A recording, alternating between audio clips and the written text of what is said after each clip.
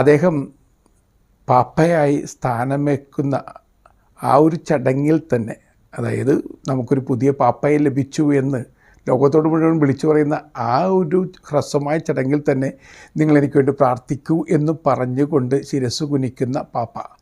ആളുകൾ അപ്പോഴും അമ്പരന്നും.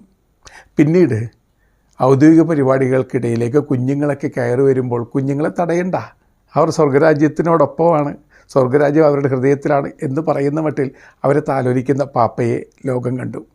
പിന്നീട് ജയിൽ പുള്ളികളോടൊപ്പം കാലുകഴുകൽ ശുശ്രൂഷ, അങ്ങേയറ്റം തിരസ്കൃതരാക്കപ്പെട്ട ആളുകളെ തേടി അലയുന്ന ഒരു പാപ്പ, അഭയാർത്ഥികളുടെ പാപ്പ, വൃദ്ധരുടെ പാപ്പ, രോഗികളുടെ പാപ്പ.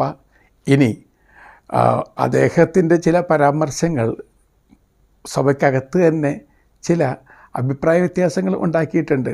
അഭയാർത്ഥികൾക്ക് വേണ്ടിയുള്ള അദ്ദേഹത്തിൻ്റെ ഹൃദയവായ്പ് അല്പം ഓവറായി പോകുന്നില്ല എന്ന് ചിന്തിച്ചവരും ഉണ്ട്.